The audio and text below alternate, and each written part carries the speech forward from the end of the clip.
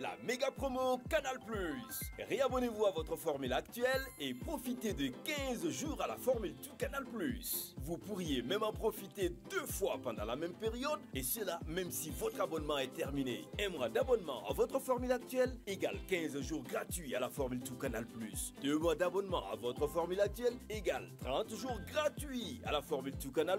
Alors n'attendez plus, réabonnez-vous et plongez dans l'expérience Canal+. Pour plus d'informations, rendez-vous dans les points de vente le plus proches ou appelez les 36 555.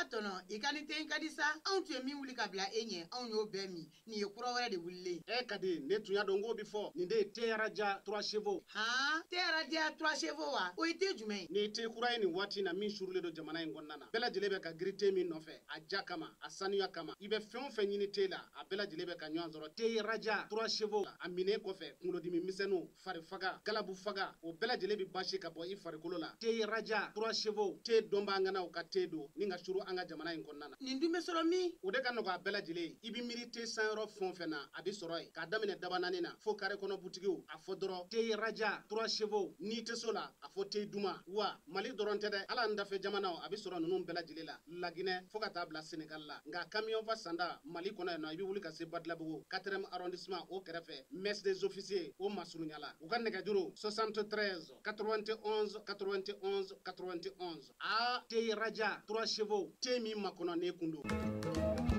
Malien benna komika ambode fauye Grupo Commerce ferefew ka ca sugu la nga bete ɲumanye mina ɲumanw sɔrɔ yɔrɔ ye Grupo Commerce ni karoko do o ɲuma caaman ka bɔ Italie, Espagne ani Turki karo minnu ti nɔ u ti koyokoyo fɔtɛ ka pɛrɛn n'an ye karo ko k'u jɛ an be do salon kɔnɔ Grupo Commerce ko salon dafalenw a fitini fɔ belebeleba u n'u fauteuil kolo gɛlɛnw ɲɛ min ka di aw ye fauteuil minnu damu ka bɔ salon na masiriw ka bɔ Turki u cɛ ka ɲi wa u sɔngɔ ka di n'an bɔra salon na an be do siso kɔnɔ sɔkɔnɔ li a n'a nɔfɛminɛw li minnu sanfɛ sunɔgɔ ye damu ye ni nimisa t'a la ka da ka suna ka fa ka wuli ni farifɔni ye k'i ka sɔkɔnɔna k'i sago ye liko la ASC Groupe Commerce la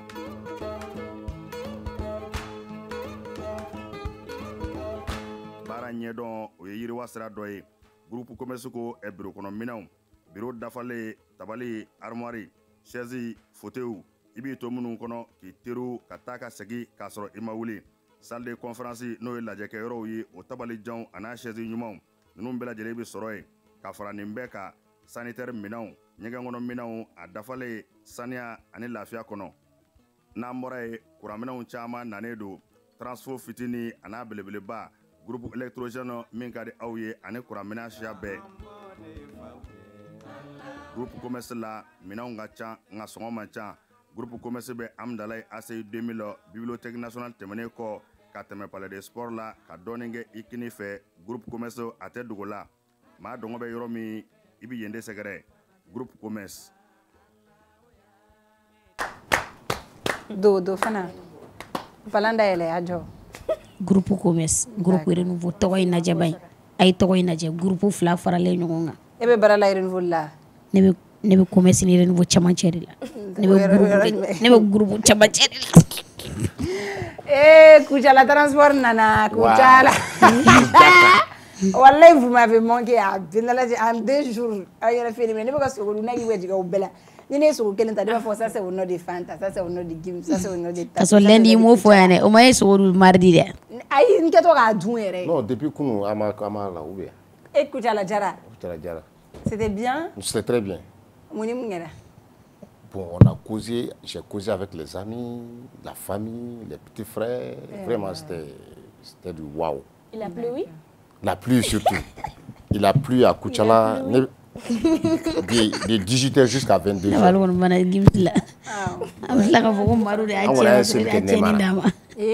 ça n'a la sel d'eau non seli veille ah d'accord anana yoro chama seli veille mais amasanga yoro nu amasanga quartier la jeudi chou fait ça nana de amasanga quartier la a finari kata Mais seulement Kuchala sera. Bigon Botambe. Kabo Segou de Gata au sera de Maï. Kokana Togofo. D'accord. Ola, inana erela. Non, nana herela. Émission banadron yenke sraka. Inondation yere, an la boli. An ga wula wodi yere la. Misiri binan ne bino. Église be eche. Bo église saba wenan. Misiri binan. Bon, avec Binan Mohamadou. J'ai pas la connaissance des causes. Au Maroc, quartier Dougouré. Non. Donc, à chaque 100 mètres, il y a une mosquée. Il y a une mosquée, Madou. Côté Koutala. Autant fait. Ah, d'accord. Mais oui, il était quartier carré. On a besoin de quartier clé, on a besoin de coco. Oui, il fallait Koutala. Ah, fêté. Koutala carré. Non, on m'a dit que je l'ai appelé, il était très occupé. Sinon, il y a du médecin finalement. Non, il est ah, d'accord. J'ai eu la chance. Non, j'ai eu la chance. Il y a 100 Koutala hier. On est bourgeois, on est un bébé. Donc, voilà, bourgeois, on a saga bébé, tout ça kélé. Donc, il était pressé d'aller.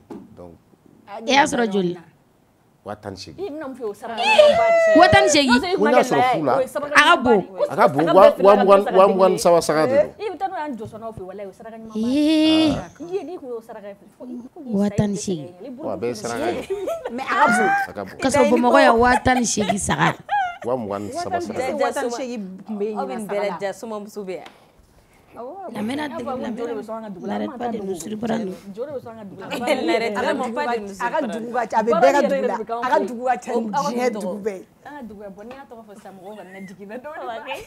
La mera era comme mi lende kun kun teno. Ne femme au foyer. Femme où? Moi je travaille dans la maison, je dois m'occuper de ma famille. Je ma famille responsabilité de ma. Et quand famille femme foyer sonné ni mu foyer bagara di mari. Oh tiens, fana qui a outfit. Moi j'ai une famille outfit. Fana outfit que ça. Oumar, il faut zoomer sur Fana. Nyashinda wa nyela, ani silla, ani faut zone jamai. Awa Fana yi shom doron ira télé là. La vera dabla ça. Ja fama ça. Ay la vera. Fana soni. Ni jo mawe. Ni mo ko na jugo Oumar. Ah, jo mawe bi kana. Fallait ça. Ah, l'international malien. Elle est chone carrément abala. Ate do ere aka la wa makar. D'accord. Ça va, toi tu vas bien? Ça va. Tu te portes à merveille. C'est 12. Il fait chaud? Il fait froid?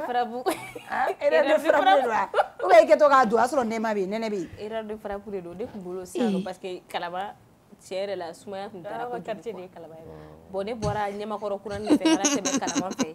En fait, nous l'avons la Kalaba de la Gana encore, donc nous boulons, il m'a donc tarasso en un quartier la sang, Katanga filou, nous boulons les boira Kalaba, n'y a pas encore courant. Non. I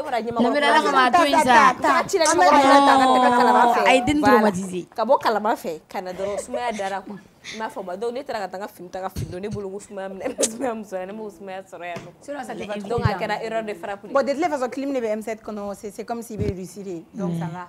Ah Russie ouais. Russie hein, Russie ouais. Russie. On va revenir demain Russie. La mère ça va, toi tu vas bien? Elle est trop belle. J'ai pas aimé la façon de demander. D'accord. La mère Mbramso, ça va? Ça va. Tu vas bien? Quelle est ma vie? Je vais bien. D'accord. Tu es toute belle Mbramso. Voilà, ma belle famille m'aime trop. Ouais. Tu es trop bien habillée en tout cas. Elle dit qu'elle est une femme de foyer. Foyer, tu es à Kachaomaru. Je suis une femme au foyer. Tu discutes ça aussi? Non, je veux comprendre. Parce que moi, à mon âge, la nère benga wuro nyimi. Tu as compris maintenant? Yo que chama mata nyimi ga tai fere. Je comprends.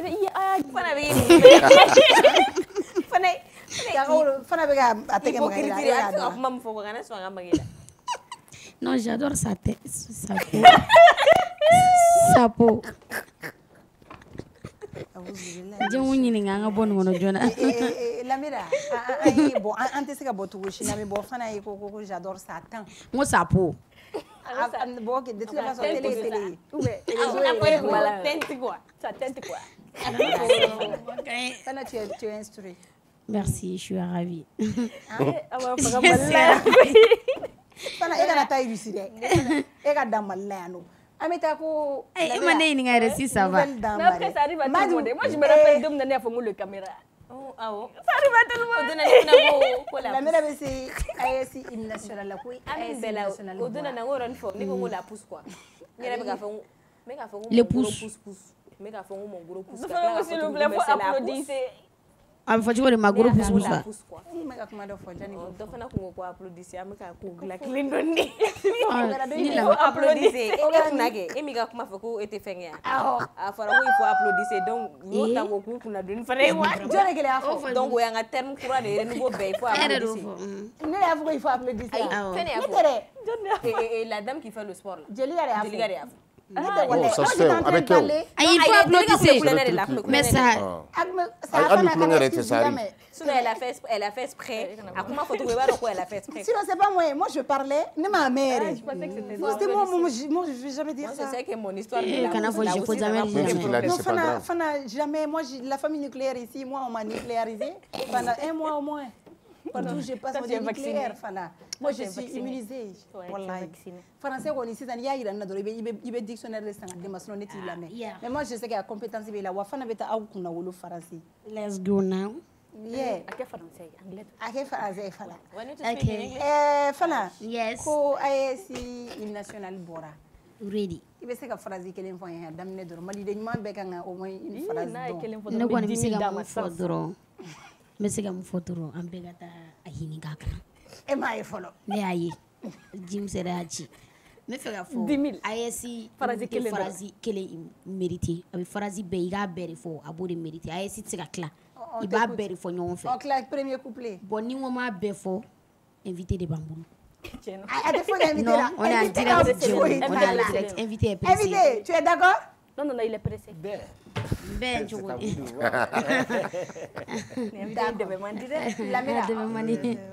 La mère a fait nous l'honneur, madame. Madame l'instruit. On damne dɔrɔn fɔ. Damne beaucoup de hommage kan ye quoi. D'accord. Amunu ye Sahel peuple ye. Oh, kan bɔra empire baw la kan ka hakili to an yɛrɛ la. Mai ko tan kura min bɛ nali yɛrɛ ko o tigiw de ye anw ye. Ko wa k'an y'o sɔrɔ kɛlɛbaw de kɔnɔ. N y'a bamanankan laban ne ye mun faamu dɛ. N ka faransɛ ko tɛ ten aw bɛ yafa n ma walayi. Depuis non i delila a fɔ français la. N tɛna se ka fɔ français la. I bɛ se walayi. Ko hommage au peuple du Sahel, héritier de grands empires. Vous êtes les maîtres du temps nouveau, si je ne me trompe pas, qui annonce la liberté et le progrès, si je ne me trompe pas. Liberté et progrès, c'est bien ça. Voilà, sous quelque chose de combat. D'accord, Lamila, merci beaucoup, chérie Coco. Il y a faut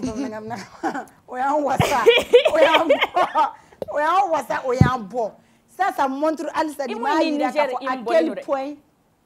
Niger et j'ai même l'impression que j'ai écouté le chant, j'ai l'impression que Morombera, il me dit de l'AES chant, c'est la même personne qui a fait le chant de l'hymne du Niger.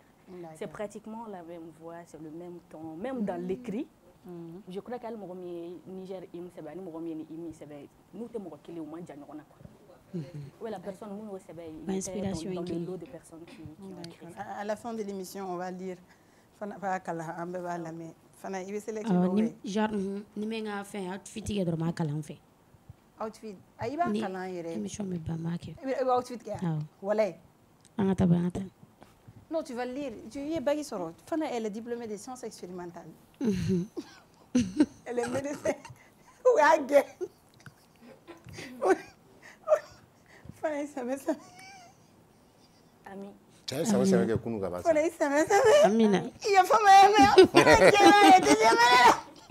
On est mardi 10 juin 2025. Et fana o maɲi na seli la e ma yafa. Kunu ye yafa deli bi fana bɛ ka yafa deli. Ayi ne yafa deli la fɛn wɛrɛ la a b'a dɔn. Awɔ. An fila de b'a dɔn. Parce que ne fana mɛnna ne m'a sɔrɔ ne ma ye sɔrɔ ne kun ka taa yen ne kɛ wa. Mais ne ma se ka taa quoi ne ko ne bɛ t'o kɛ ko ne ye san biriti bagi la ko ka taa san 7 kɛ kulu sanfɛ. Kulu tɛ yɔrɔ projet bɛ min? Avec kulu kan. D'accord. Et j'ai été première nationale en 2018 au Yorola Mafo. Bonsoir et bienvenue sur le club. À nous la télé. Donc on va faire les points infos avec Afsetou et Moussa Kounaté. Tiens. Voilà, il y a des gens qui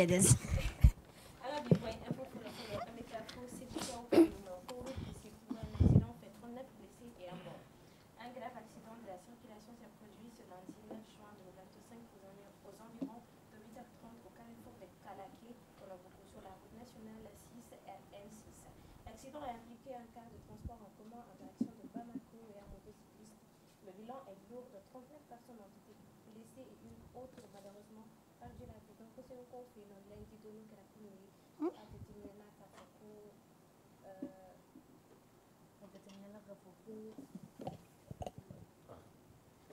Bon, ça reste compliqué, un accident. C'est ligne pour la accident pas bizarrement, il veut qu'il prépare, qu'il veut tu veux rejoindre ton village pour célébrer avec ta famille, en tout cas il est important qu'il y ait un info. Surtout les blessés.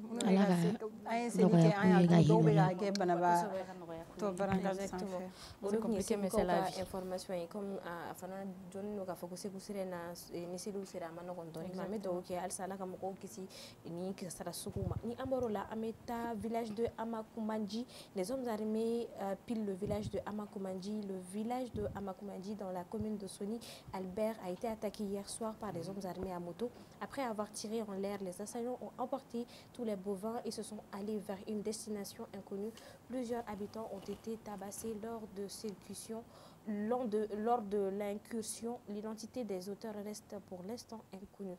Donc, Amakuma Djikao fait une commune de Soni Albert Maofi. Où le village attaqué la Kounushuro, quand on détermine qu'à Foko Mamasa, mais où qu'on y est village entier, Chama Bourg, Katani Minando. Donc, on met au Kala Koulufana Kissi à Nyorana Verema. Ameta Gaukao fait au Yorola, un directeur d'école et président du centre assassiné au lendemain du DF. Le directeur du second cycle de Fargo, Amadou Asagaïdou Kourma, a été tué par des inconnus jeudi dernier 5 juin. Ses bourreaux l'ont attaqué à Magnandoué, à 15 km au nord de Gao. Ils lui ont tiré des balles, grièvement blessé.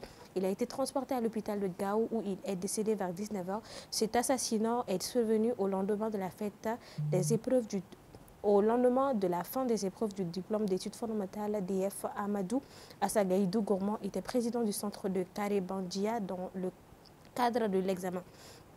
Donc, au fin quoi déterminer qu'à directeur ani président du centre d'Obéno de Foucault Fedron ko madotara abonné anina akoni fara ko a banana foro ou ya taratane docteur Solame ala maseka atuye ala ya kalfamine amedo ke ala ka badabara dali janis la meshobela jaralima ni ambaro la mesro kana prévision météo du 9 au 15 juin sera caractérisée par un ciel nuageux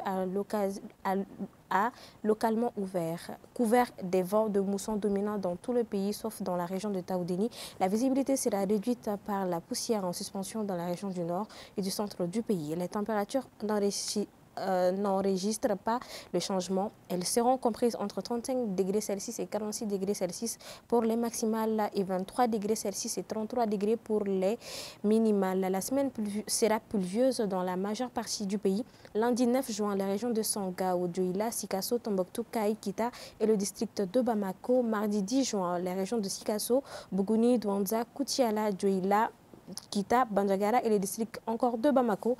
Mercredi 11 juin, les régions de Kita, Nyoro, Mopti, Ségou, Bandiagara, Kaï, Koulikoro, Sikasso et le district de Bamako. Encore une fois de plus, jeudi 12 juin, les régions de Koulikoro, Sikasso, Sannara, Mopti et Bougouni.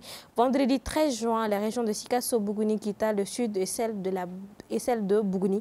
Samedi 14 juin, la région de Kaï, Koulikoro, Tombouctou, Kidal, Mopti, Nyoro, Kita, Nara, Bougouni et le district de Bamako. Dimanche 15 juin, les régions de Kaï, Koulikoro, Sikasso, Ségou, Mopti, Nara, Kita, Bougouni, Dioula, San, Koutiala, Tombouctou et les districts de Bamako. Tenez-vous informés des évolutions de la présente prévision météorologique hebdomadaire de la part de la cellule de communication MTI, Agence Mali Météo. Ni Amorola. Point info labi antara indicateur de renouveau sans fait coco insécurité le cri de cœur des populations de Jafarabi antara borola antara l'essor fana sans fait oluko manako confédération AIS Sahel Benkan rétenti au palais de Koulouba oluko nyangabi information yi. Bonsoir Moussa. Bonsoir. Ça va? Oui, ça va très bien. A kera fama ide Moussa? Oui, a kera fama. D'accord. C'est vrai. J'espère que l'information nous y la met antara indicateur ka oluko man insécurité quand que le cri de cœur des populations de Jafarabi. Tout d'abord, je tiens à présenter mes vœux les meilleurs. Bel sambe sambe batigala fatigala min be kan sui jamana kono ani jamana ko kan kala kan asirucha ka ben sabati jamana kono na ka herauna ala kan to noye Voilà. Donc, merci. Voilà, donc, Iboraka Jafra Beke, Abe Maramuna, Abe Mopti Marad, la Jamana Chamanti Boulofer, Asigero, Benendo Yorom, Najima, Yoro de Do, Jafra B, Amba donc à fort bité depuis 2017, un Kounube, Amba donc à fort 2015, de crise nana généralisée centre là, où il y a sur le nord stabilisé là, accords sont là. Donc, il a faut au départ le MNLA, au Kounyouka cartographie Bochugumna, à l'image du Soudan, c'est-à-dire qu'il y a Koulouka. Territoire bien attiré, il faut 12 ans, fanfela de la Cana. Donc, celui qui sait lire entre les lignes, c'est bel et bien où on fait qu'il y a une zone de tampon, de cahiers, de chauffer. Donc, nous, qui avons une partition, donc, mais ni ma femme de Ibo fait donc, raison pour laquelle ils se sont beaucoup accentués vers le centre. Et au Wati, donc, il y a un chauffeur au territoire Kabo, recrutement massif, le Mali était. Voilà, confronté à pas mal de défis. Accord Fonakera et Gela Chamando en Sénat, parce qu'on sait qu'à travers l'accord, il y a Amadou Koufa, le Katiba de Massina, en alliance avec Amsardine, de Yag Agali, donc au Fona aux zones Naoubeka Sivi, donc ça a posé beaucoup de problèmes. On sait qu'Amadou Koufa, ce n'est pas pour indexer une ethnie, bon, il est issu de l'ethnie Pil, donc à Chamambe, à Ka, Ouelekam, Chamantara, et Jafara Bey, nous en général, Chama considéré donc flow sur le rôle à Chamaya. Anya yeka fois à l'époque Jamana Kunga Maratunto au Nuna donc à Kera Sababouye Manuna Nasigi. Donc nous au fur et à mesure il y a ce qu'on appelle la radicalisation. Maudo bien hal nous fait ka douala ou be douala ou bien do be wajibia ka douala. Donc anana gela aye gela Chama douala donc que chou fait diadu sur le téléphone a ou ma fait donc anya yeka fois en 2017 anana bla sur blocus oui à Dagouro donc terroristes nana romine mais armée ka wuli ka jo sera ka yen libéré. On voit que récemment aussi armée ka intervention kera le marché à bétail no ka baransuguye. Donc je ne sais pas si c'est pour les éléments d'enquête et autres na so bena sexuel ou fen anya meka fo ku taramro do no fait ou ronuna wasa ta ka muso do bora aywa à travers les images. Je ne sais pas si les images sont authentiques parce que moi c'est ka mais en tout cas il y a fo muso bora wati ko Jafara be muso ku ba fe ku u chongin dalike. Bon fo mo ka famu ka fo souvent hal sigidala ni jatemine ke demi i fait sorona souvent ita don jugo mbala bi se ka radicaliser ka do banditisme ou bien drogue tala ita kalama sigida maw débat kalama tout à quoi bi se ka na finya na kabenina mais abe balila. Donc il y a une zone de non-droit de dos. Donc moro bien ou c'est ka doala hal na fora souvent a man nu do ye ka fa maubala utidala. Donc anya ye ka fo alanga imam baw do be ou na kodono ko so a yera ka fo ko do à travers les éléments les résultats de certaines enquêtes ka fo ko do yera là. Donc a moro dabalaba. Donc voilà, donc ce dernier temps anya ye ka fo ou ka cru de cœur c'est bien normal parce que la première mission d'un état c'est la sécurité. La mission, c'est l'une des missions régaliennes. Parce que pour assurer une nation, il faut savoir d'abord non seulement défendre et sécuriser, et ensuite faire appliquer la loi. Donc, ni citoyen qu'on a roulé blanc, donc on a vu le cas de Jafara B, donc oui, roulé blanc cru de cœur, parce que Gela Boudala, souvent, donc nous kelendo ka point gela ko armée sekata intervention que ina fo guerre classique obeni yoro na numbe nyoro na be nyon bouté donc a baraka gele ni population ma coopérer aka gela hal ni wolé bla armée ma abaka enquête de que souvent ou quand intervention be suma ou nyekro donc tu as l'impression que ou ta fait kana mais nous a que il y a aussi les organisations internationales non gouvernementales, Amnesty International et autres. On voit que Oubeka rapport donc souvent Oubeka galon dans l'armée la Oubeka exaction des civils sans pourtant parce que nous un rapport publié il faut écouter les deux parties et le gouvernement a déploré qu'il faut un rapport Oubeka commando la donc on loue balaka donc c'est des rapports biaisés qu'au même moment on s'en souvient en 2015 faut qu'on a 2016 un village Antio au Bédjini ou à Fonbeke au ONG Kele Noumbe ils ne font aucun rapport pour pouvoir attirer l'attention des gens. Donc c'est des poids, des mesures, et derrière ces ONG, il y a les mains invisibles, les mains puissantes derrière min b'a fait kanga jamana o dafiri donc jafara be problème o rebi d'accord espérons que la solution sera là mais bola métal sort là olu kumana ko confédération AS Sahel Benkan rétenti au palais de Koulouba mon kara ici ça qui va ni te ko ballen ama donc a fo ko mbe sina barasi on blala sina hakuna tara le 16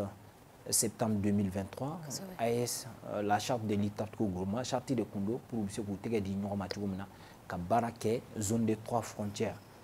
Donc, nous, y dans Sabana, Niger, Mali, et Burkina, aux frontières où là, terroristes vers Tessit en général, où y Mali, fait là pour ce que vous avez.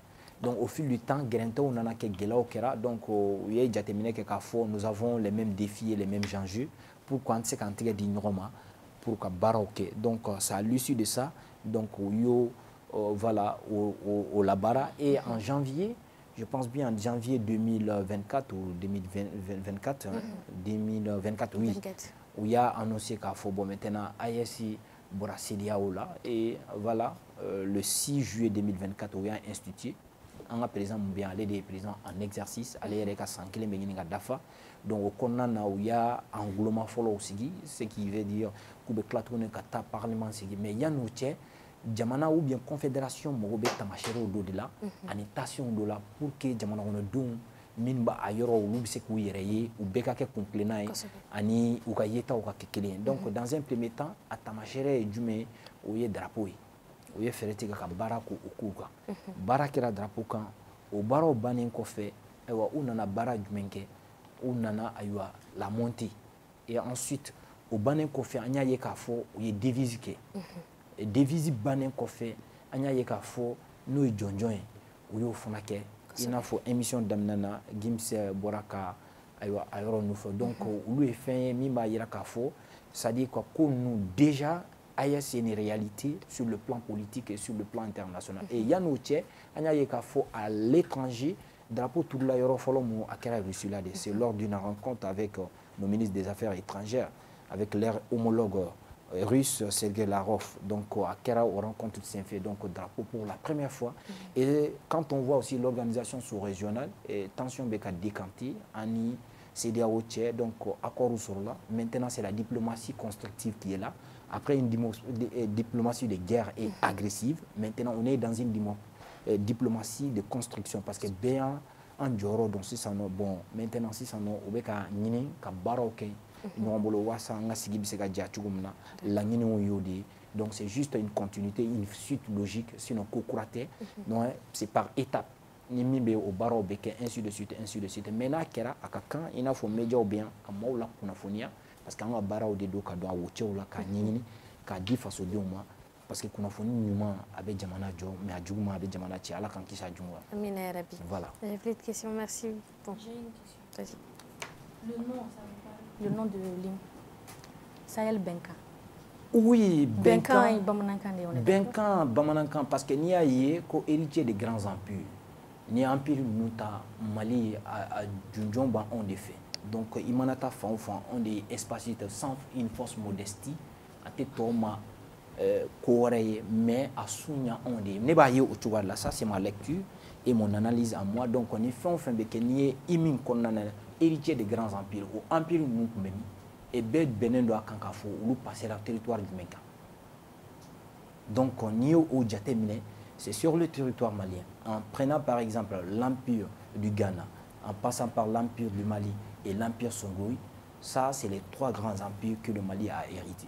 Donc sans fausse modestie, et la première charte, au moment où certains blancs sont en train de s'entre-déchirer, nous avons eu notre première charte en 1236, après la bataille de Kerena, dont Sundiata et ses alliés sont sortis vaincus. Et un an plus tard, ils se sont donné rendez-vous pour élaborer la première charte ouest-africaine afin que les droits humains soient respectés sur le territoire mandé.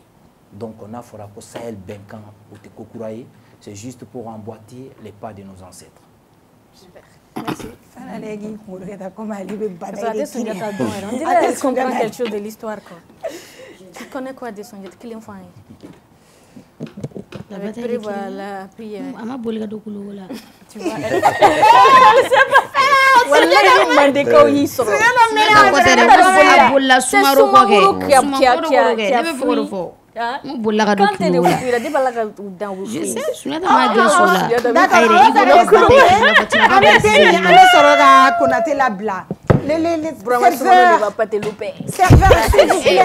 Non, je sais pas, tu n'as pas précisé de nom, tu as dit de dire.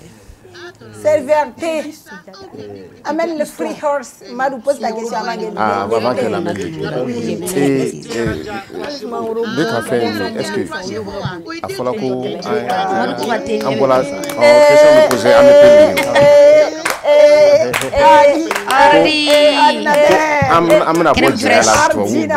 est-ce que Nantala est-ce que Anklala est-ce que Ambola Johanna est-ce que Amma Bodobolo Katayre du bon en quelque part quelque part on dit qu'on est souverain. Je pense que Ambola Tuomu Ambola Francibolo est-ce que Nambola Francibolo Kata il récoute quand la ayesi drapeau est-ce que changement de est-ce qu'Ambola Johanna est-ce qu'Amma Bodobolo Katayre du Doma? Non, ça n'a rien à voir avec ça parce que Nyanga histoire avec la France, la collaboration historique avec la France a commencé d'abord avec la traite négrière, d'abord les explorateurs au loup de Nanafolo. Voilà, la traite négrière, oui, Djonko ne fait nous, qu'on a sur les côtes africaines, bon, on a Johnson avec les produits de Pakoti, Kabola, ou ka donigela au black ana antiela ina fo bena ko wara la olu e santiama ke kanga ku jatemine et ensuite olu boraye ou ka dine mo black ana ku bena évangélie olu black ana olu fana nana ka fenro irana tout ça là c'était dans le but de nous préparer à la colonisation et ensuite on nana famu ka fo franchement il y avait une grande organisation bien avant eux donc nous mana kana franchement kana on kele avec gela wa sur kuda kanu au niveau de l'Asie, on mais on lui attaque à la barre, ça trouvait que c'était pas avancé. Nous avons eu des armées aussi très bien organisées, mais ni quelques minants qui est plus sophistiqué. Il faut voir par exemple le cas de la Deuxième Guerre mondiale, à Ghana, Japonais, États-Unis, mais il a fallu l'intervention de la bombe atomique pour anéantir, sinon on peut donc, on a une situation de la Ouyamara. Avec la Russie, c'est une autre dimension. On est quand mine. Il ne faudrait pas qu'il y ait un dans une relation qu'il faut réellement réussir à blas ouvert totalement. Non, ce n'est pas ça. Et nous sommes dans un monde très ouvert. On est quand à travers les négociations, il ne faudrait pas qu'il y ait les trois principes édictés par nos plus hautes autorités na institué la constitution na a folo e jumea ika don afo nani beje anya rema jamanai maka domination te bulanga a flana e jume ni koko beke matena fo mali ini ninga jega barake ini ninga ke ini ninga nake ufana ke sabana e jume ambe don koko langa jatemine ça dit peuple malien ka herabe mina. Je pense que ASBO dynamisme de Kondana, mais même nos amis d'hier, ils sont toujours nos amis parce que nous sommes en conflit. Mais donc à fort, la range de la guerre sera enterrée. Mais Bébika, alors nous faisons nous bena, ou baroque, alors donc un ministre de Bora ou Yanginga, ko Européen chaman de Bekana, dibila ka négociation. Et là dans ce cas, Moro Bekana se veut donc on décale dans Moro Bemina. Donc la négociation que maintenant taraka fo ina fo irisibe ndeka anga ko benyalabo ou des peines perdues. D'accord. Merci beaucoup Konaté. J'espère que t'es gadi. On fait un tour au commerce, Oumar. Le grand Oumar. Merci.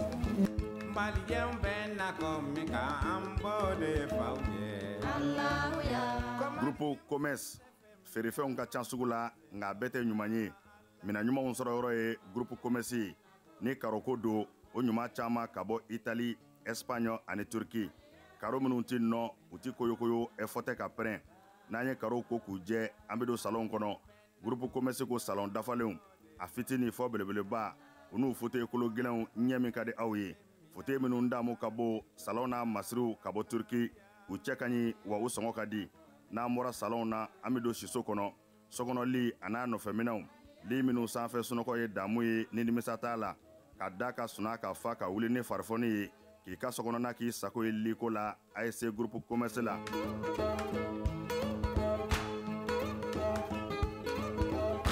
Baara ɲɛdɔn o ye yiriwa sira dɔ ye. Groupe commerce ko bureau kɔnɔ minɛnw, bureau dafalen, tabali, armoire, chaise, fauteuil, i b'i to minnu kɔnɔ k'i teriw ka taa ka segin k'a sɔrɔ i ma wuli.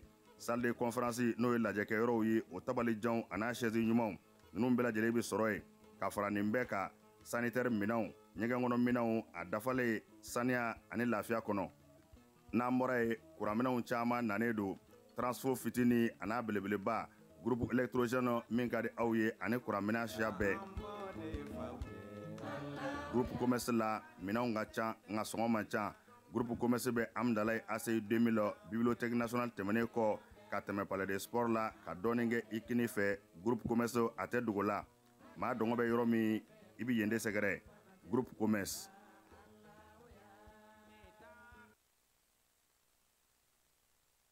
Tɔnɔ i ka ni ten ka di sa anw tun ye min wuli ka bila e ɲɛ anw y'o bɛɛ min nin ye kura wɛrɛ de wulilen ka di ne tun y'a dɔn k'o bi fɔ nin de ye te araja 3 chevaux te araja 3 chevaux wa o ye te jumɛn ni te kura ye nin waati na min surulen don jamana in kɔnɔna na bɛɛ lajɛlen bɛ ka giri te min nɔfɛ a ja kama a sanuya kama i bɛ fɛn o fɛn ɲini te la a bɛɛ lajɛlen bɛ ka ɲɔgɔn sɔrɔ te araja 3 chevaux a minen kɔfɛ kunkolodimi misɛnninw fari faga galabu faga o bɛɛ lajɛlen bɛ basi ka bɔ i farikolo la te araja 3 chevaux te dɔnbaganaw ka te don ni ka suru an ka jamana in kɔnɔna na nin dun bɛ sɔrɔ min o de ka nɔgɔ a bɛɛ lajɛlen i bɛ miiri te sanyɔrɔ fɛn o fɛn na a bɛ sɔrɔ yen k'a daminɛ dabanani na fo kare kɔnɔ butigiw a fɔ dɔrɔn te raja 3 chevaux ni tɛ so la a fɔ te duma wa mali dɔrɔn tɛ dɛ ala n dafɛ jamanaw a bɛ sɔrɔ ninnu bɛɛ lajɛlen la laginɛ fo ka taa bila senegal la nka camion fa sanda mali kɔnɔ yan nɔ i bɛ wuli ka se badilabugu 4e arrondissement o kɛrɛfɛ messe des officiers o masurunyala u ka nɛgɛjuru 73 91 91 91 te raja 3 chevaux te min makɔnɔ Malien ben na komika ambo de fauye. Groupe commerce feerefɛnw ka ca sugu la nka bɛɛ tɛ ɲuman ye. Mina ɲumanw sɔrɔ yɔrɔ ye groupe commerce ni karoko don o ɲuman caman ka bɔ Italie, Espagne ani Turquie. Karo minnu ti nɔ u ti koyokoyo fɔ tɛ ka pɛrɛn. N'an ye karo ko k'u jɛ an bɛ don salon kɔnɔ. Groupe commerce ko salon dafalenw a fitini fɔ belebeleba u n'u fauteuil kolo gɛlɛnw ɲɛ min ka di aw ye. Fauteuil minnu damu ka bɔ salon na masiriw ka bɔ Turquie u cɛ ka ɲi wa u sɔngɔ ka di. N'an bɔra salon na an bɛ don siso kɔnɔ sokɔnɔ a n'a nɔfɛminɛnw li minnu sanfɛ sunɔgɔ ye damu ye ni nimisa t'a la ka da ka suna ka fa ka wuli ni farifoni ye k'i ka sokɔnɔna k'i sago ye liko la ASC groupe commerce la.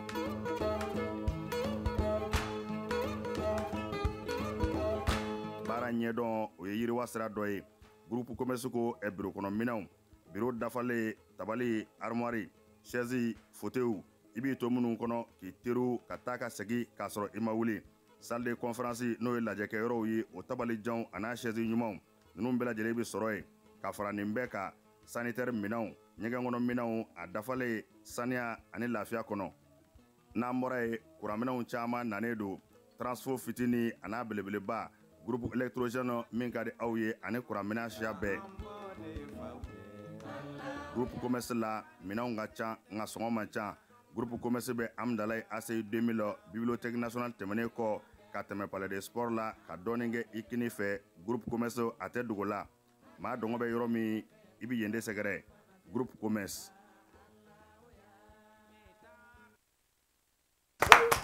Ok. I'm happy. Free piano, I'm a piano. I say you know.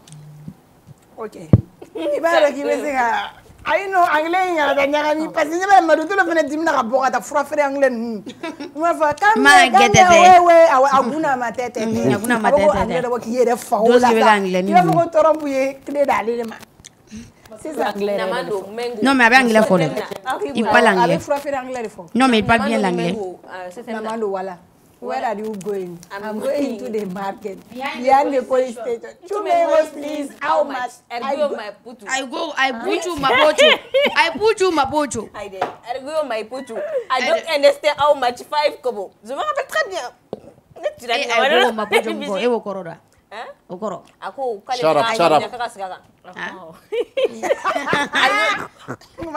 Ko shut up. Est-ce que vous savez que double seven ni Raja bɛ se ka ɲagami a bɛ se ka kɛ a damana boisson ye dɛ Akari, c'est très bon. potion ɲɛnɛman Moi, ba je de l'ai don fait.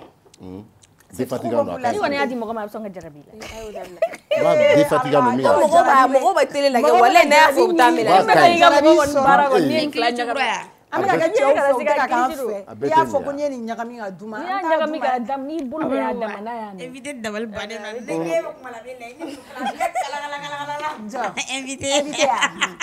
invité yɛrɛ dun man kɛnɛ invité ka taa ka jugu n'a ta tiɲɛ don wa tiɲɛ don a yɛrɛ sɔnna k'a man kɛnɛ invité man kɛnɛ ne ma deli ka kɛnɛya yɛrɛ o kuma kɛla k'a kɛra fatabugu ye Fatobugu.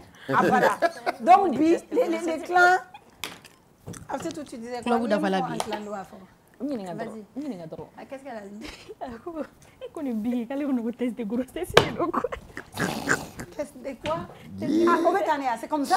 je b'o dɔn de ne b'o dɔn parce que ne ye test de grossesse ye bi sinon jɔnw ka ko je suis mariée Non, mais je sais même pas est-ce qu'il furu la o Fana, c'est comme fana ça? ma tuguni ya C'est comme ça? ne t'a dɔn donc e ma médecine kɛ Non, non, a ma stage kɛ ne ma taa médecine kɛ. Ne ba min bɛna bac la sa. sinon ne bolo k'e ko e ye bac expérimental kɛ elle a pas dit ça pour rien a ɲininka elle a pas dit ça pour rien tu as un problème de grossesse jɔnw tɛ taa D'accord. Ici, on ne va pas soigner les problèmes de fertilité.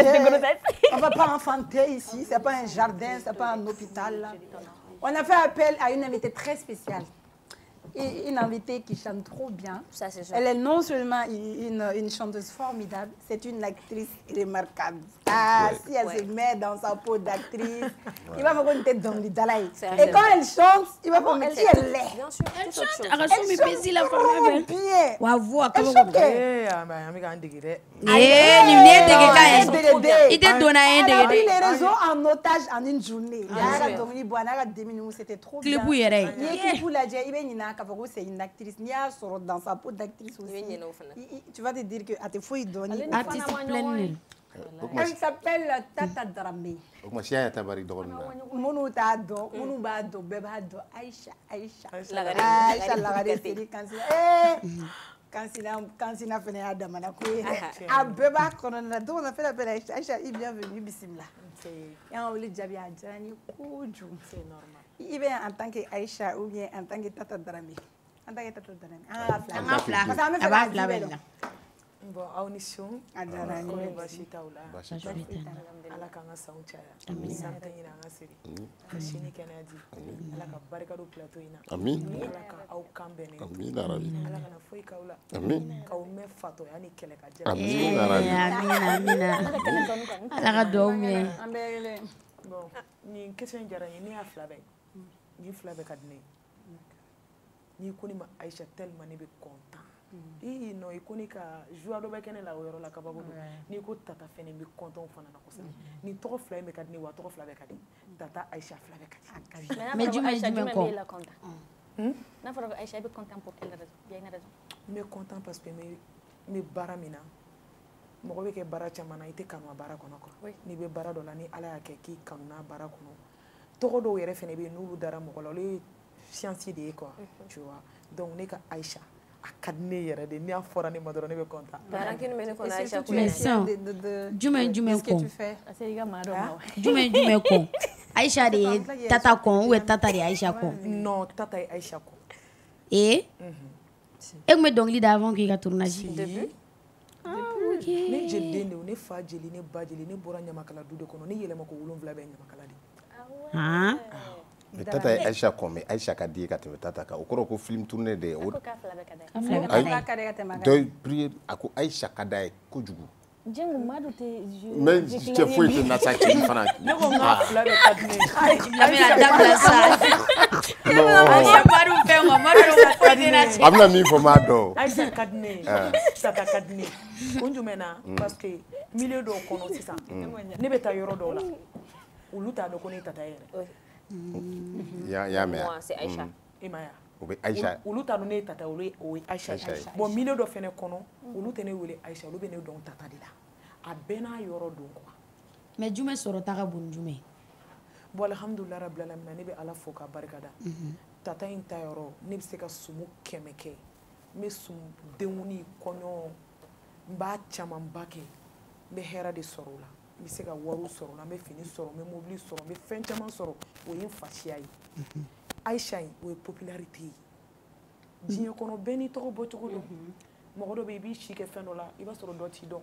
mais i bɛ don fɛn dɔ la diɲɛ bɛɛ b'i dɔn o sababu mais Aïcha in a plus gros cachet a plus gros cachet le plus gros cachet que tu as gagné Aïcha là quoi en tant qu'actrice bon mais ala fo est-ce que o tɛ n yɛrɛ ka talent ye sinon je sais pas i n'a fɔ sisan en matière d'argent wariko la awɔ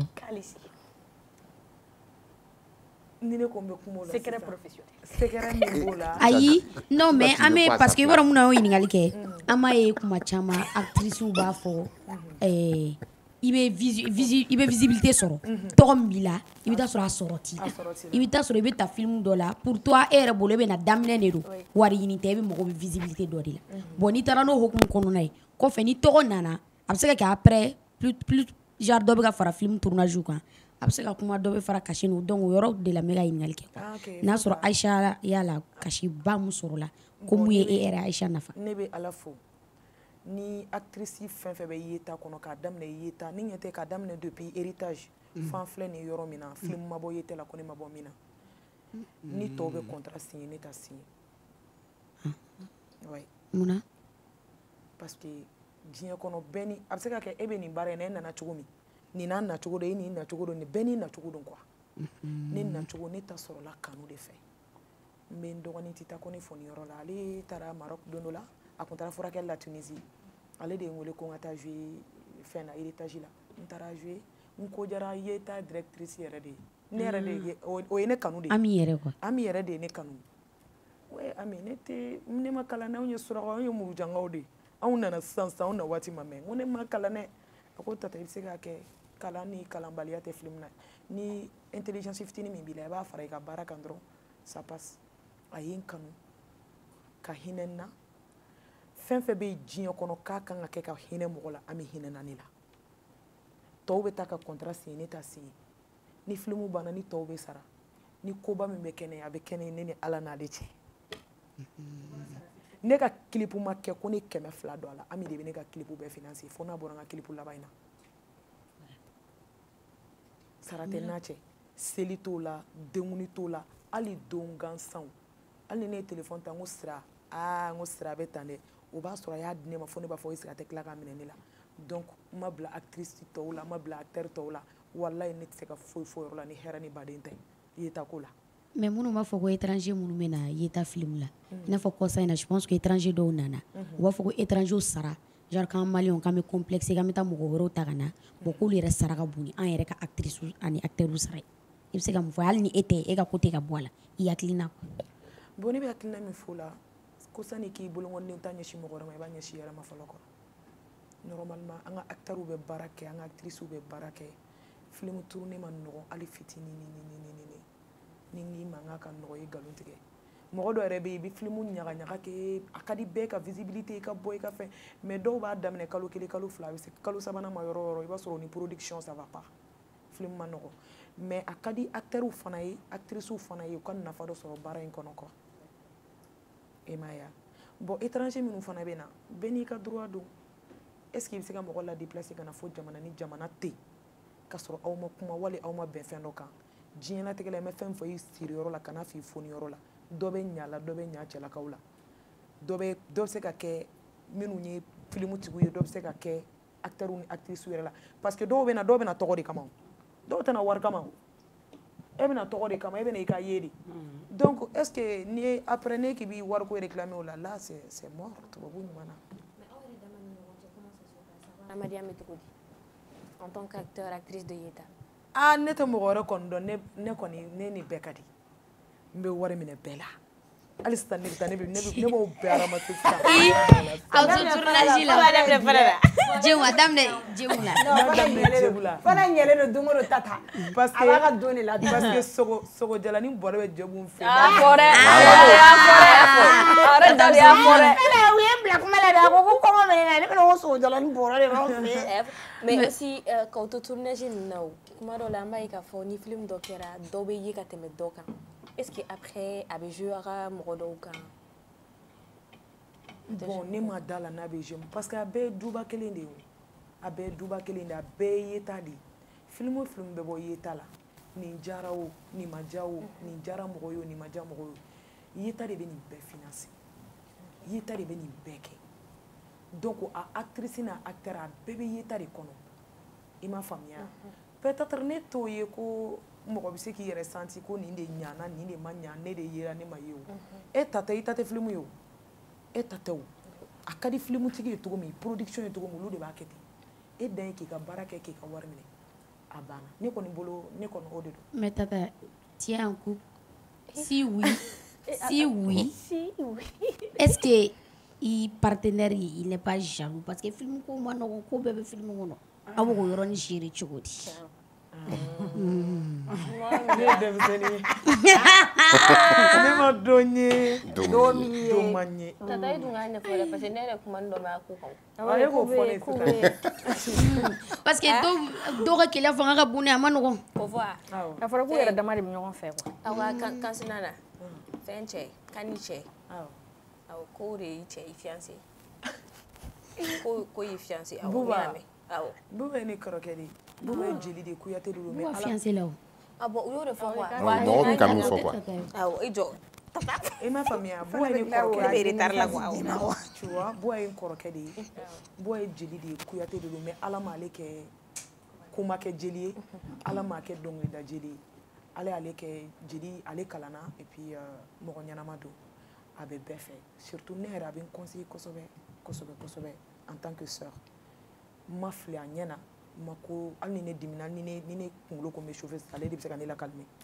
tu vois sinon faut être ni boîte sinon donna fana ni na dore ne ni ngere a confirmer nga wote ay mais tata e manega kishu jabi e ni ga demsen fitinia be amana ga chochu kanu baga dobi abe kelia o de te mene fanta kelia baga tote no fe aisa e bi ka kanu baga mi fo ne sangolo vla ne be mundo kanu baga ya ni fe na mais ni fene ni fo na nan tlela bon varié aba fo ebe di si go mo kote o gore be fe ka client e ala ne o de fo ngo mo kote ay parce ni o fo e nyona change man tanto abe mo to u be na de o dune ga nga chen ndo pre Aisha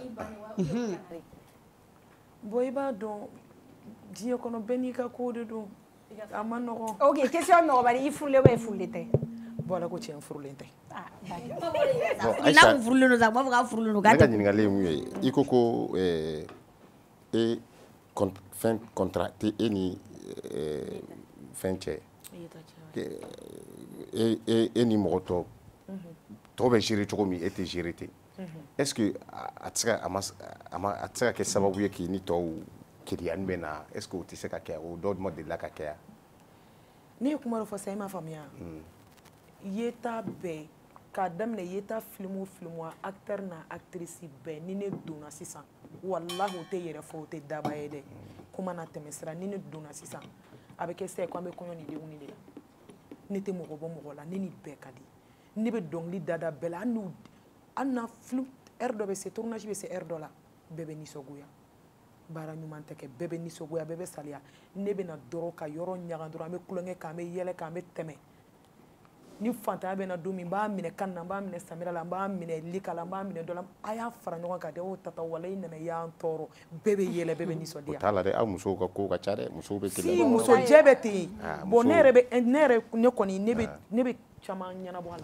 parce que na fura nyama kala i kan ka dilani kala de na fura nyama kala i kan ka kalali kala de ni nyama kala ni nga demsenia ne bu kala de ko ani mi ni na me no ateni au shi ko robara ni ma da ateni ko nunye mu abeta donc abe kulanga me yela me teme mais na fiani ni teke kerefe ya bi baro tournage la dawo fo tata de i ga neta on ko ni o teke ya o ye jogo de voilà o tonga yeta la fara be filmer be ke tournage ke rola mais est-ce que adela ga go furu bora kono a film fara fura nyonga na fo kanu nga bo kono fo kata se furu ma bo abeke kanu be bo kono abse ka ke furu be bo kono ngoni ma deli ka furu e mais mo be jan nyongo ya kono ngalon ye haramu ye mɔgɔw bɛ diya ɲɔgɔn ye a kɔnɔ dɛ o kelen nin b'a la dɛ o b'a la mɔgɔw bɛ diya ɲɔgɔn ye cɛ wɔɔrɔ ni furulen don o ye danger ye dɛ bon est ce que muso furulen b'o muso furulen t'an na min bɛ sɔn fana ma ngalon ye haramu ye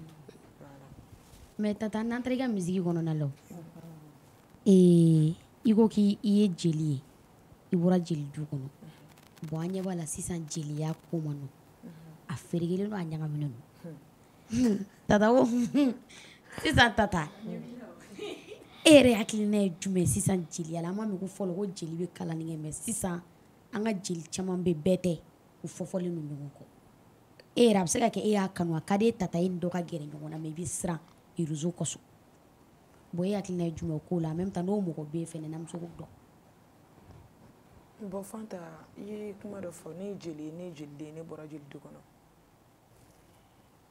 diɲɛ kɔnɔ wagati bɛɛ n'a cogoya don jeliya ka di kojugu Fanta wallahi anw fasiya ka di kojugu an fasiya ka di an ye kojugu diya bɛ yɔrɔ o yɔrɔ kɛlɛ bɛ yen kɛlɛ bɛ yɔrɔ o yɔrɔ diya bɛ yen e bɛ ka nin wagati jeliya min fɔ san'a ka se nin wagati ma min tun bɛ ɲɛfɛ o kun ka jugu ni nin ye o y'a sɔrɔ réseau de tun tɛ yen munna bi mɔgɔw bɛ k'an ka jeliya bɛ tan a bɛ tan a bɛ tan parce que réseau de nana sinon fɔlɔ jeliya fadenya tun ye dɔnkilida de ye jelikɔrɔbaw ka hakɛ to n mamusow ka hakɛ to n baw ka hakɛ to kuma ma nɔgɔn fɔlɔ jeliya tun ye dɔnkilida de ye fadenya b'a kɔnɔ dɛ fadenya yɛrɛ tun ye mun ye karisa ye nin dɔnkili in da ne fana b'a ɲɔgɔn da wali karisa ye nin kɛ karisa ye nin sɔrɔ n fana bɛ n jija ka baara kɛ k'a ɲɔgɔn sɔrɔ o y'a sɔrɔ réseau tun tɛ yen bon anw ta in tiɲɛni sababu bɔra réseau de la i m'a faamuya parce que hali n'i sɔgɔsɔgɔra sa a bɛ réseau de kan est ce que o ye réseau ye est ce que o tɛ jeliw yɛrɛ voilà jeliw yɛrɛ parce que réseau tɛ se e bɛ ka min fɔ fɔlɔ jeliw c'est vrai olu tun bɛ fadenya ɲɔgɔn na dɔnkili da n'i ye dɔnkili ɲuman da an fana bɛ dɔnkili da ka tɛmɛ nin na mais par contre ce qu'on voit aujourd'hui c'est le contraire i yɛrɛ y'a fɔ ko n'e taara i taara e bɛ bɛɛ de kalan jeli kan ka kɛ kalanikɛla ye jeli man ka kɛ bɔrɔtolikɛla ye mais anw ɲɛ b'a la bi jeliw yɛrɛ n'u jatigiw u b'a wuli jatigiw la ani kɔrɔmatigɛli ka ɲɔgɔn donc du coup moi je pense que ani fɔlɔ ta tɛ kelen ye est ce fɔlɔ taw ni anw ta tɛ kelen ye et puis sisan basi kɔrɔla ninnu ka kalan est ce que jeli yɛrɛ n'a ka jatigi kan ka kɛlɛ fo jeli yɛrɛ kan ka bɔ ka jatigi fɔ i ye nin kamalen nin tigɛ i donna ta i bɔra ta a bɛ komi sisan ni jatigi ye nin kɛ jeli la jeli de kan ka fɔ jeli de kan ka kɛ sabalibaga ye k'a dilan mais c'est le contraire aujourd'hui moi je pense que c'est différent ani fɔlɔ tɛ kelen ye ne bɛ lamɛnni de la o Fanta ne bɛ lamɛnni de la o i b'a dɔn problème c'est quoi Fanta n bɛ kuma kelen f'i ɲɛna bi n m'a fɔ ko a bɛɛ y'o ye dɛ wa ne tɛ mɔgɔ bɔ mɔgɔ la i bɛ Bamakɔ jelimuso bɛɛ jɔ a kumakɛla n'a dɔnkilidala n'a artiste ne bɛ n bolo kɔrɔ tan ne bolo jiginbaga tɛ yen ko mɔgɔ b'a fɔ ko ne tata bɛ ɲɔgɔn na n tɛ t'i ka so fin t'an cɛ jɛ t'an cɛ bonya karama n'i ye n wele i kungo la n bɛ taa n b'a kɛ bonya karama n'i ma n wele bonya ni karama in b'a nɔ na n'a ye ɲa an kan ka ɲɔgɔn fo bonya ni karama min kɔnɔ a bɛ yen mais Fanta n bɛ kuma kelen f'i ye bi diɲɛ hɛrɛ fɔlɔ o ye mara de éducation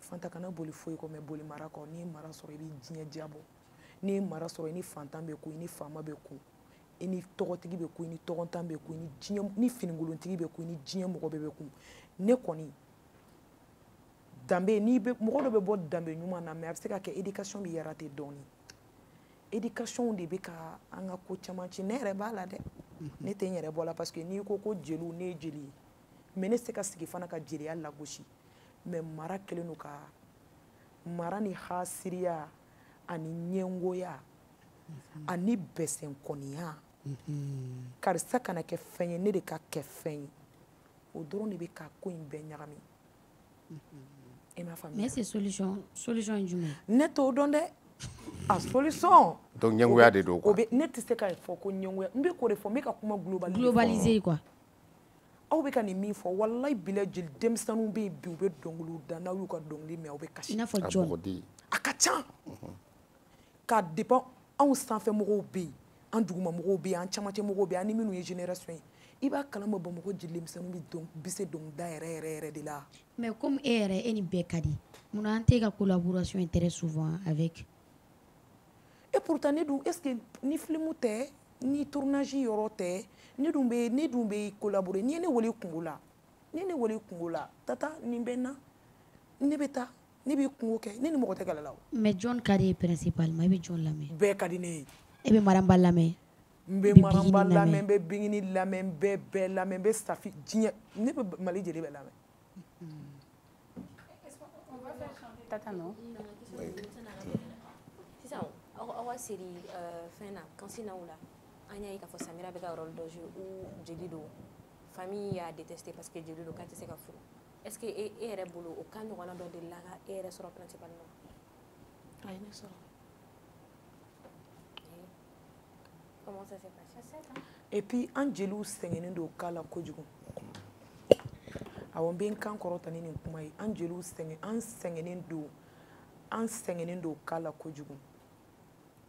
ni hɔrɔn bɔra an nɔfɛ u b'a fɔ k'an ye jeli ye k'an tɛ furu ko jeli tɛ furu ka don du kɔnɔ ka sɔrɔ foyi t'a la i ye jeli ye o i ye nin ye o i ye nin ye o ala de ta ye furu ye quoi ala de ye furu da quoi mais an sɛgɛnnen don an caman galalen bɛ so kɔnɔ n'i y'o bɔ a la a tɔ b'a dɛ.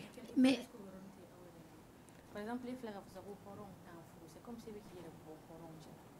n ma yɛrɛ bɔ hɔrɔn cɛla dɛ a ma fɔ de k'an ka furu e ma fɔ de k'an ka ko yala kado de la ka ne sɔrɔ ko furu ko gɛlɛyalen don k'a sababu kɛ ko parce que jeli ya ne ni ɲɔgɔn 100 de ka furu ko bɛ gɛlɛya parce que k'an ye jeli ye ko jeli tɛ furu ka don ka du kɔnɔ hɔrɔn de b'o fɔ ko jeli tɛ furu ka don ka du kɔnɔ jeli ye mun kɛ hɔrɔnya yɛrɛ fɔlɔfɔlɔ yera jeli de la ne yɛrɛ tun b'o de fɔ sisan oui n'i kɛra jeliden ye k'i bɔra danbe du kɔnɔ k'i bɔra danbe jeli duba kɔnɔ yɛrɛ ko danbe yɛrɛ b'i la jeliya yɛrɛ fɔlɔ ye hɔrɔnya de parce que ni hɔrɔn fila tiɲɛna cogo cogo jeli de b'aw cɛ dilan donc jeliya yɛrɛ ye hɔrɔn de jeli de bɛ denkundi tɛ sigi ni jeli tɛ kɔɲɔ tɛ sigi ni jeli tɛ furusiri tɛ sigi ni jeli tɛ jeli yɛrɛ de ye hɔrɔn fɔlɔ ye. e ko k'e san 7 ye. san 7 min dɔɔni. nin bɛɛ kɛlen la kodɔnbaliya de don quoi nous sommes tous des êtres humains an bɛɛ ye adamadenw de ye. e yɛrɛ t'a ɲini yɛrɛ bilen i n'a fɔ tellement i bɛ sigi n'a ye tu te dis à chaque fois que ni mɔgɔ ye relation sérieuse kɛ a bɛ taa laban o de la. walayi. ko ala de y'an bɛɛ da mɔgɔ bɛɛ ye kelen ye. ne yɛrɛ aw bɛ ka nin min yɛrɛ fɔ kɛ ala ni ne yɛrɛ hakili tɛ ne ye suraka de ye ne kɔni filɛ ni ne ye dumuni sɔrɔ dɔrɔn ka sogo ka zindi min ka te min ne lafiyalen don kojugu. ne ka aw ma te di ne ma dɛ. dɔnkili da an bɛ tila ka te di ma. a bɛ taa ni tirage ye tirage bɛ yen. i ka sɔnkura in yɛrɛ. tirage bɛ yen o bɛ d'a ma a bɛ taa n'o ye. a tirage ma deli k'ale min ni n y'ale min ni ye mun sɔrɔ o la. i bɛn'o fɔ an ye. an b'o fɔ aw ye. voilà. jumɛn. i ka dɔnkili da. sɔrɔ dimɛ. sɔrɔ sama dimɛ yo kirigɛntanya. cɛ duman ni muso duman farabaga ye.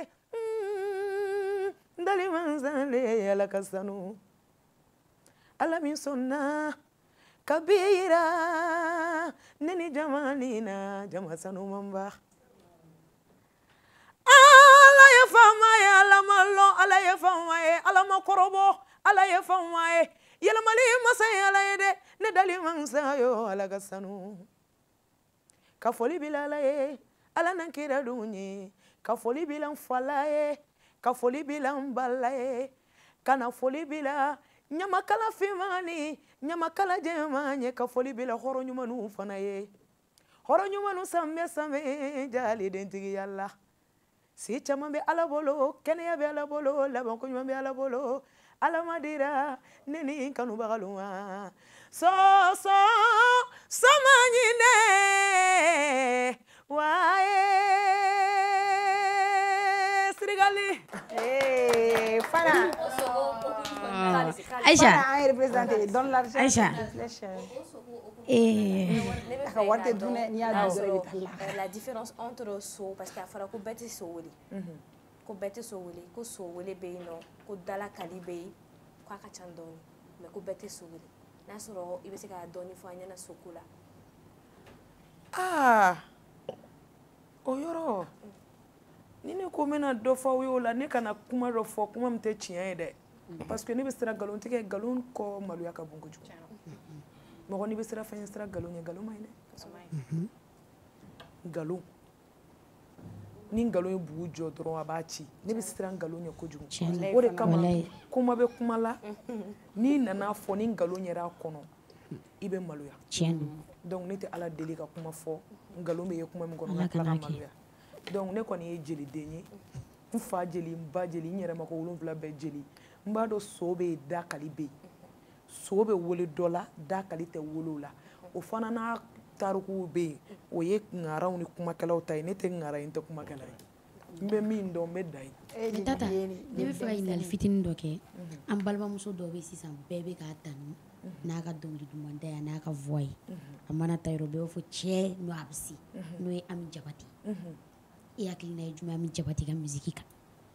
Ami ka musique ka ɲi kojugu Ami ye n dɔgɔnin ɲɛnamaba de ye a bɛ n bonya kojugu a bɛ n karama kojugu wa a bɛ se dɔnkilida la kojugu a bɔra ŋara la ŋara mɔden don ŋara den don wa a yɛrɛ tagacogo ka ɲi kojugu diɲɛ kɔnɔ n'i yɛlɛla bilenege kan n'i tɛ mɔgɔ bonya fu de don tiɲɛ don n'i kunkolo bɛ kabanɔgɔ sɔrɔ dɔrɔn n'i ma jiginnen tɛ fu de don Ami bɛ bɛɛ bonya tiɲɛ don donc ne kɔni tɛ foyi fa n bɛ dugawu de kɛ a n'a ɲɔgɔnna camanba mɔgɔ mɔgɔ bɛ yen k'i bɛ dɔnkili da k'i b'a fɔ hayo ala ka hɛrɛ kɛ bɛɛ ye mɔgɔ kelen ka sɔrɔ tɛ sɔrɔ ye sa Fanta an kana ɲɔgɔn nɛgɛ sa ala ye fɛn dɔ kɛ bɛɛ ye o i m'a faamuya donc ala ka hɛrɛ ka n'a ɲɔgɔn bɛɛ ye an bɛɛ lajɛlen an sanfɛtaw an dugumataw an ɲɔgɔnnaw bɛɛ ala ka bɛɛ hɛrɛ kɛ bɛɛ ye ala k'i yɛrɛ ta yiriwa ko nɔgɔya i yɛrɛ ye mɔgɔ ɲumanba.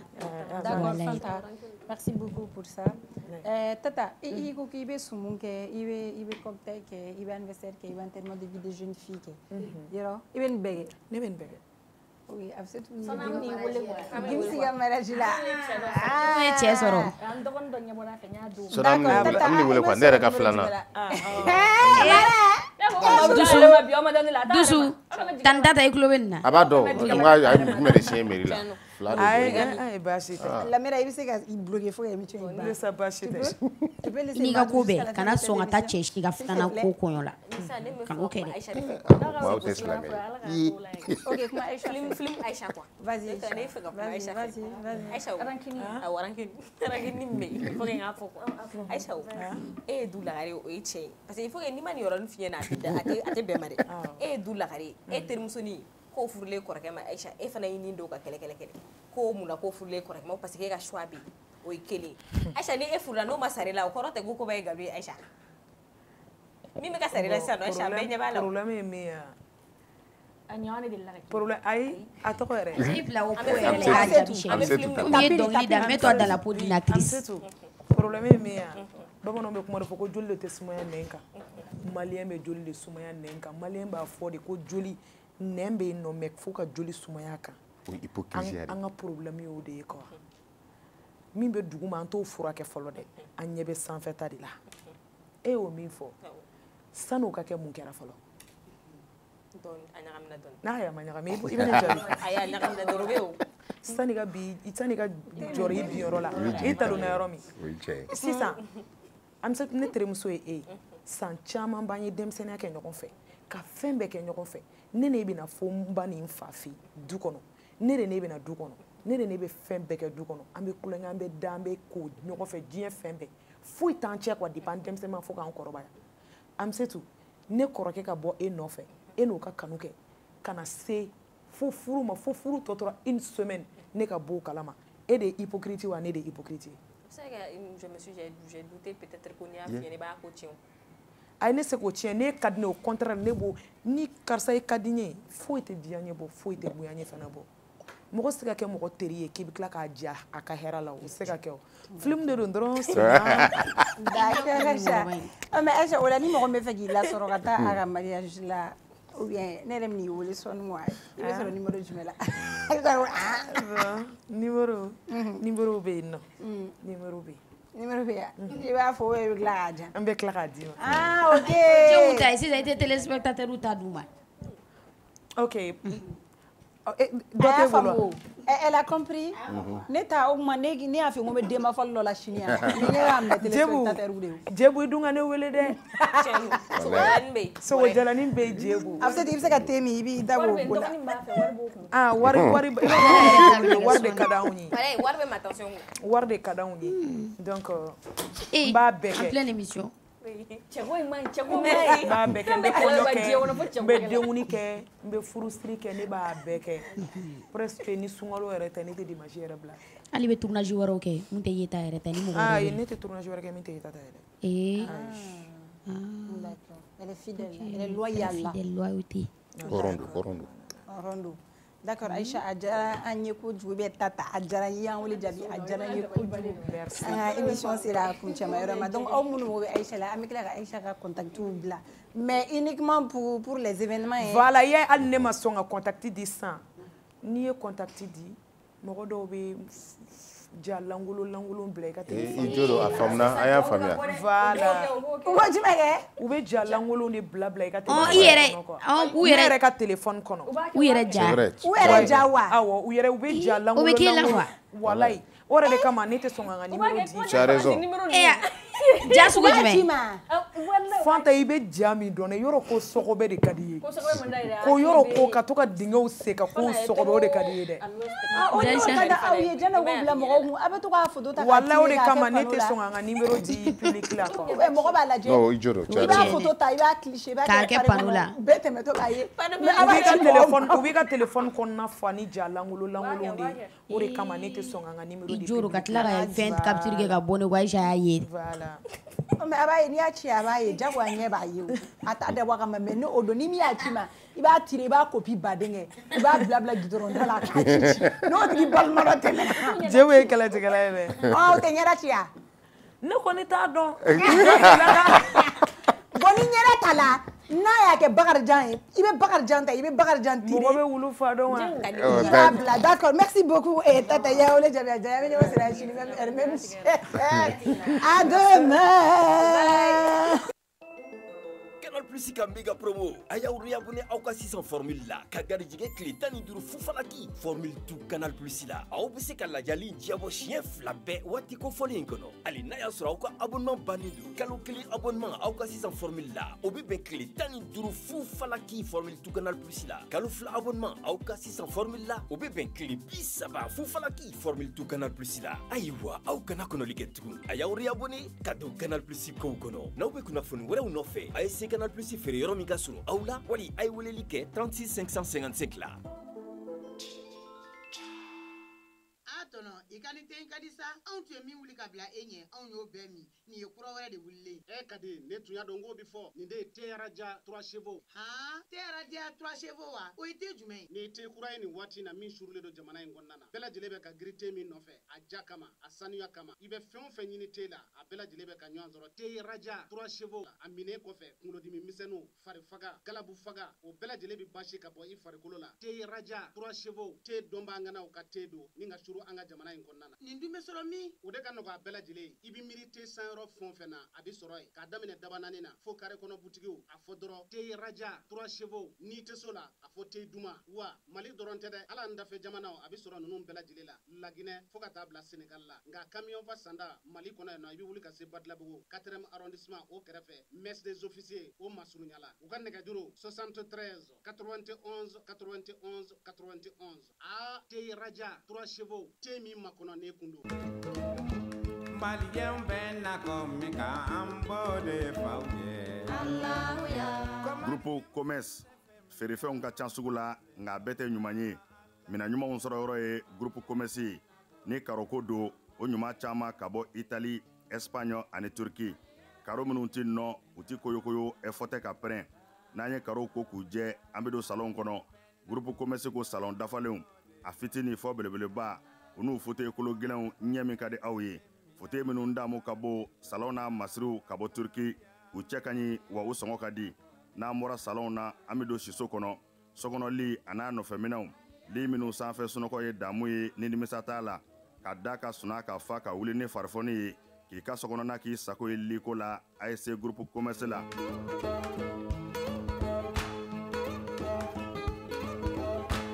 baara ɲɛdɔn o ye yiriwa sira dɔ ye groupe commerce ko biro kɔnɔ minɛnw biro dafalen tabali armoire chaise fauteuil i b'i to minnu kɔnɔ k'i teriw ka taa ka segin k'a sɔrɔ i ma wuli salle de conférence n'o ye lajɛkɛyɔrɔw ye o tabalijanw a n'a chaise ɲumanw ninnu bɛɛ lajɛlen bɛ sɔrɔ yen ka fara nin bɛɛ kan sanitaire minɛnw ɲɛgɛn kɔnɔ minɛnw a dafalen saniya ani lafiya kɔnɔ n'an bɔra ye kuranminɛnw caman nanen don transfo fitini a n'a belebeleba groupe électrogène min ka di aw ye ani kuranminɛn siya bɛɛ